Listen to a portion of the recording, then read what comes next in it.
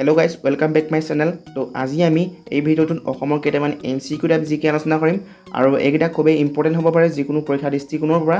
চ' মোৰ লগতে আপোনালোকেও যাতে ইয়াৰ উত্তৰ দিব চেষ্টা কৰে আৰু তাৰ বাবে আপোনালোকক 5 ছেকেণ্ডকৈ সময় দিয়া হ'ব। চ' আপোনালোকে কিমানটা শুদ্ধ উত্তৰ দিব পাৰে সেইটো কমেণ্ট কৰিব। তো বলক এতিয়া বিনা দেৰি কৰি ভিডিঅ'টো ষ্টাৰ্ট কৰোঁ।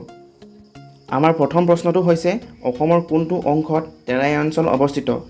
ইয়াতে তেৰাই অঞ্চল মানে হৈছে যিটো নেকি আফ্ৰিকা মহাদেশত ছাভানা ঘাঁহনি অঞ্চল পোৱা যায়, ঠিক তেনেদৰে আমাৰ অসমতো তেনেধৰণৰ ঘাঁহনি অঞ্চল পোৱা যায়। তো তাকে সুধিছে অসমৰ কোনটো অংশত এনেধৰণৰ ঘাঁহনি অঞ্চল পোৱা যায়। অপশ্যন 1 দক্ষিণ অংশত, অপশ্যন 2 পূব অংশত, অপশ্যন 3 উত্তৰ অংশত, অপশ্যন 4 পশ্চিম অংশত।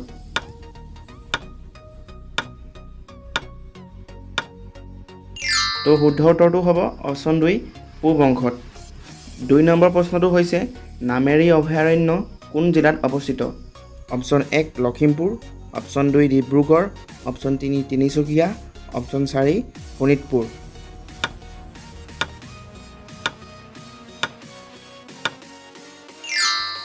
ইয়াৰ শুদ্ধ উত্তৰটো হ'ব অপশ্যন 4 শোণিতপুৰ।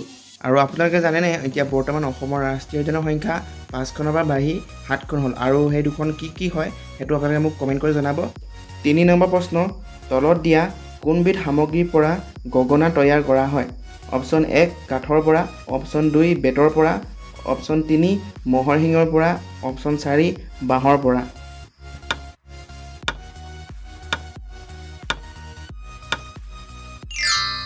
আমাৰ শুদ্ধ উত্তৰটো হ'ব অপশ্যন 4 বাঁহৰ পৰা।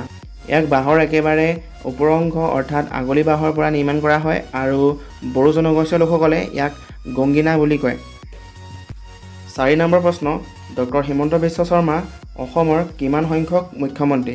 অপশ্যন 1 10 সংখ্যক, অপশ্যন 2 15 সংখ্যক, অপশ্যন 3 11 সংখ্যক, অপশ্যন 4 16 সংখ্যক।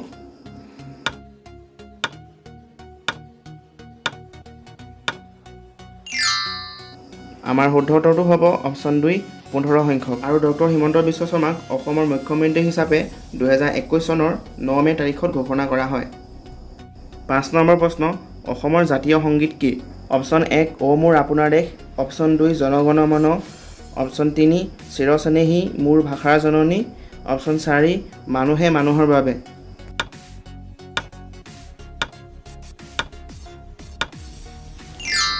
আমাৰ শুদ্ধ উত্তৰটো হ'ব অপশ্যন 1 অ মোৰ আপোনাৰ দেশ। আৰু গীতটি ৰচনা কৰিছিল সাহিত্যৰথী লক্ষ্মীনাথ বেজবৰুৱাই আৰু গীতটিত কণ্ঠ প্ৰদান কৰিছিল কমলা প্ৰসাদ আগৰৱালাই।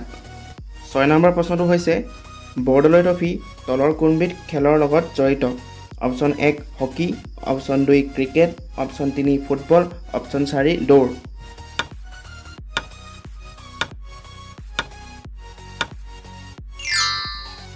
শুদ্ধ উত্তৰটো হ'ব অপশ্যন 3 ফুটবল।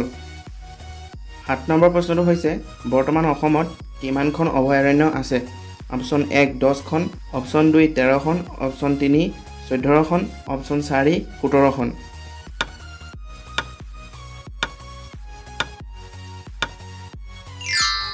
আমাৰ শুদ্ধ উত্তৰটো হ'ব অপশ্যন 4 17খন। আৰু ইয়াৰ লগতে অসমৰ ৰাষ্ট্ৰীয় উদ্যানৰ সংখ্যাও বাঢ়ি গ'ল। এতিয়া বৰ্তমান ৰাষ্ট্ৰীয় উদ্যানৰ সংখ্যা হ'ল 7খন আৰু সেই দুখন নতুন ৰাষ্ট্ৰীয় উদ্যানখনৰ নাম কোনে কোনে জানে সেইটো কমেণ্ট ছেকশ্যনত কমেণ্ট কৰিব। 8 নম্বৰ প্ৰশ্ন মহাত্মা গান্ধীয়ে কেতিয়া অসম আহিছিল?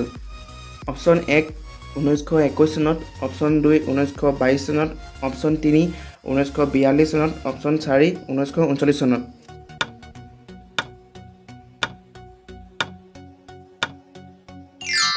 আমাৰ শুদ্ধ উত্তৰটো হ'ব অপশ্যন 1 1921 চনত। 9 নম্বৰ প্ৰশ্ন অসমত সৈনিক স্কুল ক'ত অৱস্থিত? Option 1 Rangia, option 2 Goalpara, option 3 Silchar, option 4 Tezpur.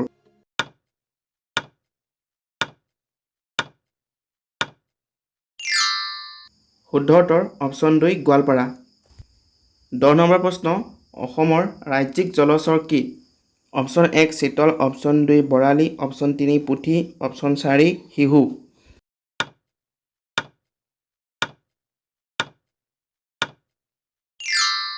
শুদ্ধ উত্তৰ অপশ্যন 4 শিহু। ই এটা খুবেই বিলুপ্তপ্ৰায় প্ৰাণী আৰু অসম চৰকাৰে 2008 চনৰ 5 এপ্ৰিল তাৰিখে ৰাজ্যিক জলচৰ হিচাপে ঘোষণা কৰে। ভিডিঅ'টো শেষলৈকে চোৱাৰ বাবে বহুত বহুত ধন্যবাদ। আৰু ভিডিঅ'টো যদি ভাল লাগিলে তেন্তে ভিডিঅ'টো লাইক এটা কৰি দিব আৰু এইখিনিতে যোনে চেনেলটো ছাবস্ক্ৰাইব কৰা নাই তেওঁলোকে ছাবস্ক্ৰাইব কৰি ল'ব তেতিয়া এনেধৰণৰ ভিডিঅ' আপোনালোকে সদায় পাই থাকিব তো আজিলৈ ইমানতে সামৰিছোঁ জয় অসম